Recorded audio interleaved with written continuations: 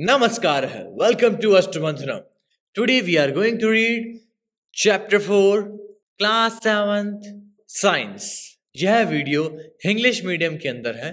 Chapter name is heat. तो आपने देखा होगा हीट मतलब क्या होता है. हीट मतलब होता है उष्मा. ओके, अब उष्मा क्या होता है ये अपन आगे पता करेंगे. In chapter 3, you learned that woolen cloths are made from animal fibers. आपने चैप्टर 3 के अंदर पढ़ा कि वुलन क्लॉथ, वुलन मतलब ऊन के कपड़े किससे बने होते हैं? एनिमल फाइबर से. और कौन से एनिमल के फाइबर से बनते हैं आपको पता होगा. अपने को वुल कहां से मिलता है? शिप से मिलता है. Very good. You also know that cotton clothes are made from plant fibre. और आप ये भी जानते हो कि कॉटन क्लॉथ होता है वो किससे बना होता है? प्लांट्स के फाइबर से. अब ये कॉटन क्या होता है ये आपको पता है? कपास. जो आपके मंदिर में रुई से आप बत्ती बना के जलाते हो ना, वही cotton. We wear woollen cloth during winters when it is cold outside. Woolen cloth keeps us warm. We prefer to wear light colored cotton cloth when it is hot. These give us a feeling of coolness. You might have wondered why particular types of cloths are suitable for a particular season. कि जो woollen cloth होते हैं, जो ऊन के कपड़े होते हैं, उसको आप सर्दियों के मौसम में पहनते हो ताकि आपकी बॉडी का टेम्परेचर वो गर्म रख सके. और जो कॉटन क्लॉथ होते हैं उनको आप कब पहनते हो? गर्मियों के मौसम में, ताकि वो आपके बॉडी के टेम्परेचर को कूल रख सके. समझ गए आप? ठंडा रख सके. अब ऐसा क्यों पहनते हैं? सिंपल सी बात है. अगर आपने गर्मी के अंदर वुलन क्लॉथ पहन लिया तो क्या होगा? आपका टेम्परेचर पहले ही बाहर तो बढ़ा हुआ ही था गर्मी के कारण, और कपड़े और गर्म पहन लिए तो पसीने आने लग जाएंगे बुरी तरह से, और आपको हाथों हाथ थोड़ी देर बाद वो कपड़े उतारने पड़ेंगे और ठंडे वाले कपड़े पहनने पड़ेंगे. ठंडे वाले मतलब उनके अंदर कोई बर्फ वगैरह नहीं डाल रखी है. कहने का मतलब है वो क्लॉथ्स कॉटन से बने होने चाहिए. ठीक है. In winter you feel cold inside the house. Winter के अंदर आपको हाउस के अंदर ठंडा महसूस होता है. सिंपल सी बात है, चारों तरफ ठंड होती है. Means whole the surrounding is surrounded by the cold. Got it? If you come out in the sun, अगर आप बाहर आओगे धूप के अंदर, यू फील वार्म, आपको गर्म महसूस होगा. But in summer you feel hot even inside the house. How do we know whether an object is hot और कोल्ड? अगर आप सर्दियों में घर के अंदर रहते हो तो सर्दी लगती है, बाहर जाते हो तो धूप आती है, इसलिए आपको गर्म महसूस होता है, अच्छा लगता है. बट गर्मियों में थोड़ा कंडीशन अलग है. बाहर भी गर्मी है और अंदर भी गर्मी है. तो क्वेश्चन ये है कि आपको पता कैसे चलेगा कि कोई ऑब्जेक्ट हॉट है या फिर कोल्ड है? ये पता करते कैसे पता चलेगा? How do we find out how hot और कोल्ड एन ऑब्जेक्ट इज? हम ये कैसे पता लगाएं कि कोई भी ऑब्जेक्ट है वो कितनी गर्म है और कितनी ठंडी है? In this chapter we shall try to seek answer to some of this question. हम इस चैप्टर के अंदर ही जानने का ट्राई करेंगे जो भी आपसे अभी क्वेश्चन पूछे गए हैं. तो जानते हैं आंसर क्या है. टॉपिक है hot and cold. In our day to day life, अपने दैनिक जीवन के अंदर, दैनिक मतलब daily. So in our day to day life we come across a number of objects. अपने को बहुत सारे ऑब्जेक्ट्स मिलती है. Some of them are hot and some of them are cold. For example, tea is hot, right? Tea means chai, and ice is cold. Ice तो आप सब जानते हो, बर्फ. बर्फ ठंडी होती है, चाय गर्म होती है. अब आपको क्या करना है कि इन ऑब्जेक्ट्स के बारे में लिखना है कि वो ठंडी है या फिर गर्म. तो आइए टेबल भरते हैं. आइसक्रीम, एब्सोल्युटली, आइसक्रीम सबको पता है ठंडी होती है. Spoon in A tea cup, tea cup के अंदर जो स्पून होती है वो भी गर्म होती है, क्योंकि चाय अगर गर्म होगी तो वो हीट ट्रांसफर करेगी स्पून को, और स्पून भी गर्म हो जाएगी. इस कारण से गर्म है. चाय ठंडी है तो फिर वो गर्म नहीं होगी स्पून, ध्यान रखना. फ्रूट जूस, सिंपल सी बात है, फ्रूट जूस तो होता ही कूल है. Handle of A frying pan, handle of A frying pan भी कूल ही होता है, ध्यान रखना आप. आगे चलते हैं. Do not touch objects which are too hot. Be careful while handling a candle, flame or stove. आप किसी भी गर्म चीज को हाथ ना लगाएं, ये किताब कह रही है, ठीक है। और वाकई में आपके माता पिता भी यही आपको शिक्षा देते हैं कि गर्म चीजों से दूर रहो, या फिर अगर आप उनको पकड़ रहे हो या फिर उठा रहे हो तो be careful. We see that some objects are cold while some are hot. You also know that some objects are hotter than other while some are colder than other. How do we decide which object is hotter than other? We often do it by touching the object, but is our sense of touch reliable? Let's find out. अपन ये देखते हैं कि कुछ चीजें ठंडी हैं, कुछ चीजें गर्म, कुछ चीजें बहुत ज्यादा गर्म है और कुछ चीजें दूसरी चीजों से भी बहुत ज्यादा ठंडी है।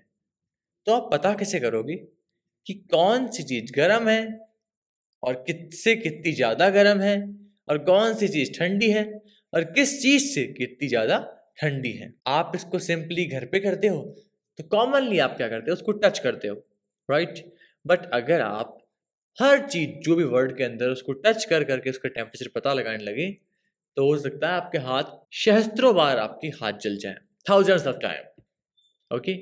बिकॉज बहुत सारी चीजें वर्ड के अंदर आप हर को टच करके देख रहे हो सकता है कुछ कुछ तो हाथ डालते ही हाथ कुछ जला दे या राख बना दे, कुछ कुछ तो ऐसे भी होते हैं। तो अपन हर चीज में तो हाथ डाल नहीं सकते, राइट।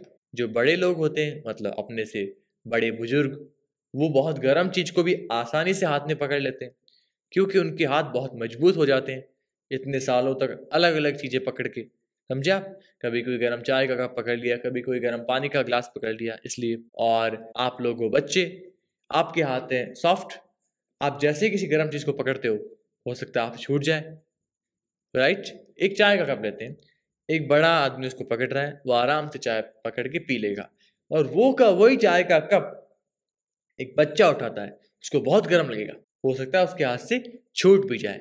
इसलिए सेंस ऑफ टच के बेसिस पे अपन किसी भी चीज के ऊपर रिलायबिलिटी नहीं कर सकते। बट अगर आपको एग्जैक्ट पता लगाना है, हर चीज का पता लगाना है, और छोटे से छोटा डिफरेंस भी आपको पता लगाना है, और एकदम एक्यूरेट रीडिंग चाहिए, तो आपको कोई तरीका ढूंढना पड़ेगा। तो यही तरीका ढूंढने का ट्राई किया साइंटिस्ट ने। अब एक्टिविटी 4.1 में चलते हैं। टेक 3 स्मॉल ट्यूब्स, आपने 3 स्मॉल ट्यूब या कंटेनर्स लिए, लेबल दैम ABC, आपने उनको लेबल कर दिया, लेबल मतलब नाम लिख दिया ताकि आपको पता चल जाए A कौन है, B कौन है और C कौन है। Put cold water in container A, आपने क्या किया, कंटेनर A के अंदर कोल्ड वाटर डाला। Hot water in container B, okay. और एक लाइन और लिख रखी है, याद रखना हॉट वाटर इतना हॉट नहीं होना चाहिए कि आपका हाथ ही जल जाए, ठीक है, थोड़ा ही हॉट होना चाहिए, ध्यान रखना। तो आपने क्या किया, हॉट वाटर को कंटेनर B में डाल दिया। Mix some cold and hot water in container C, अब आपने क्या किया, कंटेनर C के अंदर कुछ तो कोल्ड वाटर डाल दिया और कुछ हॉट वाटर डाल दिया। Now dip your left hand in container A, अब आपने क्या किया, आपके कंटेनर A के अंदर लेफ्ट हैंड डाला and the right hand in container B, अब कंटेनर B के अंदर आपने क्या डाला, राइट हैंड डाला। After keeping the hand in the 2 container for 2 to 3 minutes, okay, 2 से 3 मिनट्स आपने क्या किया, आपके दोनों हाथों को कंटेनर A जिसमें बहुत ठंडा पानी था, कंटेनर B जिसमें गर्म पानी था, उसके अंदर आपने रखा। Put both the hands simultaneously in container C, अब उन्हीं दोनों हाथों को आपको कंटेनर C के अंदर रखना है। Do both the hands get the same feeling, तो क्या उन दोनों हाथों को फीलिंग सेम हुई? अब बुजो कह रहा है, बुजो मतलब एक बच्चे का नाम ले रखा है, ये कुछ भी हो सकता है, श्याम, कृष्ण, गोवर्धन, कुछ भी ले सकते हो। तो इस बुक वालों ने इसको बुजो ले लिया है। तो Bujo says my left hand tells me that the water in mug C या container C is hot and the right hand tells me the same water is cold. What should I conclude? Bujo ये कह रहा है कि जैसा कि आपसे book ने क्वेश्चन पूछा कि आपने क्या किया, कंटेनर A लिया, कंटेनर B लिया, कंटेनर A के अंदर ठंडा पानी लिया, कंटेनर B के अंदर गर्म पानी लिया, आपने लेफ्ट हैंड तो डाल दिया कंटेनर A में और राइट हैंड डाल दिया कंटेनर B में। उन दोनों हैंड्स को 2 से 3 मिनट्स कंटेनर के अंदर रखा, फिर उन दोनों हैंड्स को एक साथ बाहर निकाला और एक साथ कंटेनर C के अंदर डाल दिया। अब कौन सा हैंड क्या फीलिंग कर रहा है ये आपको बताना है। वो पानी गर्म है या ठंडा। तो आपको क्या लग रहा है, जो हैंड ए है, सिंपली जो आपके लेफ्ट हैंड है वो बता रहा है कि पानी गर्म है। समझ गए आप बात। और जो राइट हैंड है वो बता रहा है कि पानी ठंडा है, जबकि पानी तो एक ही है, बट क्या हुआ, ए वाला जो हैंड था वो पहले ठंडे पानी में था, इसलिए वो उसको गर्म लग रहा है, और जो बी वाला हैंड था वो पहले गर्म पानी में था, इसलिए वो उसको ठंडा लग रहा है। ये कारण है। समझ गए आप बात। ये आप घर पे भी करके देख सकते हो, बहुत ही इजी एक्सपेरिमेंट है। Okay. Bujo is confused. Bujo's confusion shows that we cannot always rely on our sense of touch to decide whether an object is hot or cold. तो जैसा कंफ्यूजन बुजो को हो रहा है वैसा आपको भी हो सकता है, ठीक है। इसलिए अपन केवल सेंस ऑफ टच, मतलब छूने के बेसिस पे कोई चीज ठंडी या गर्म, इसके ऊपर भरोसा नहीं कर सकते। समटाइम इट मे डिसीव अस, कभी कभार ये अपने को कंफ्यूज कर देता है, पता ही नहीं चलता कौन सा गर्म है कौन सा ठंडा। बाय द वे, आपको डिक्शनरी में चेक करके इस वर्ड का मतलब पता करना है, ठीक है, और इसी प्लेटफॉर्म के ऊपर इसका आंसर मेरे को प्रोवाइड करना है। आप ये बात याद रखना। एट द सेम टाइम आपको वीडियो पॉज करनी है, वर्ड को सर्च कीजिए और tell the meaning at this platform. तो आगे चलते हैं। Then how do we find out how hot an object really is. तो अपन पता कैसे लगाएंगे कि कोई ऑब्जेक्ट कितनी गर्म या ठंडी है। तो आइए पता लगाते हैं। ए रिलायबल, रिलायबल मतलब होता है भरोसेमंद या विश्वास योग्य। A reliable measure of the hotness of N object is its temperature. कोई भी चीज कितनी गर्म है ये उस ऑब्जेक्ट के टेम्परेचर से पता लगता है। Temperature is measured by a device called thermometer. Thermal मतलब होता है हीट, और थर्मोमीटर मतलब जो आपके हीट को मेजर करे। हीट को मेजर करने से क्या होगा, आपको पता चल जाएगा कि टेम्परेचर कितना है उस स्पेसिफिक ऑब्जेक्ट का। Measuring temperature is the next topic. Have you seen A thermometer. क्या आपने कभी थर्मोमीटर देखा है? देखा होगा, पक्का देखा होगा, मूवीज में शायद आपने पक्का देखा होगा, या हॉस्पिटल अगर आप कभी गए हो 100% देखा ही होगा। थर्मोमीटर बहुत कॉमन चीज है ये। Recall that when you or someone else in your family had fever, the temperature was measured by a thermometer. जब भी आपके परिवार में किसी को बुखार हुआ हो, बुखार मतलब फीवर हुआ हो, तो उसके बॉडी का टेम्परेचर भी बढ़ जाता है और उसको मेजर करने के लिए थर्मोमीटर का यूज किया जाता है। तो ध्यान रखना, बॉडी के टेम्परेचर को मेजर करने के लिए जिस थर्मोमीटर का यूज होता है उस थर्मोमीटर को क्लिनिकल थर्मोमीटर कहते हैं। तो आपको सिंपली यहां से लेकर यहां तक आपकी बुक के अंदर अंडरलाइन करना है, ये आप याद रखना। The thermometer that measures our body temperature is called a clinical thermometer. Hold the thermometer in your hand and examine it carefully. If you do not have a thermometer, request a friend to share it with you. A clinical thermometer looks like the one shown in figure 4.2. तो simply आपको एक clinical thermometer दिख गया होगा। Okay, इसको आपके मुंह में रखते हैं, ये चीज़ आपके टेम्परेचर पता लगा लेती है। आगे वाला पार्ट कि आपकी बॉडी का टेम्परेचर कितना है, और यहाँ से आपके इंडिकेटर होता है कि 37.5 है, 36 है, 38 है, 39 है, कितना है। ओके, और इसके बेसिस पे आपको पता चल जाता है कि आपका बुखार कितना तेज है।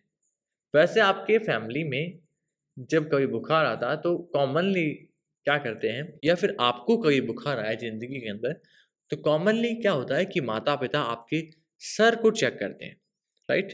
आपके सर को, आपके गले को, आपकी आर्म्स को चेक करके पता लगाते हैं कि बॉडी का टेम्परेचर गर्म है, इसका मतलब फीवर हो सकता है।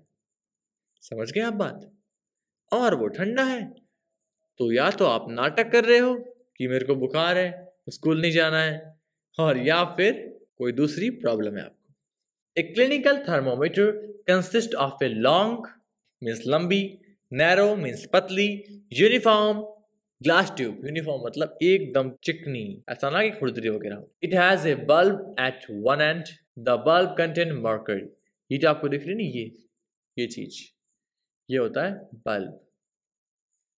और इसके अंदर जो आपको दिख रहा होगा, ये है मरकरी। मरकरी पीरियोडिक टेबल्स में से ही एक एलिमेंट का नाम है, और वो नाम क्या है? मरकरी। ये आपको याद रखना है। Outside the bulb a small shining thread of mercury can be seen. Rotate the thermometer a bit till you see it.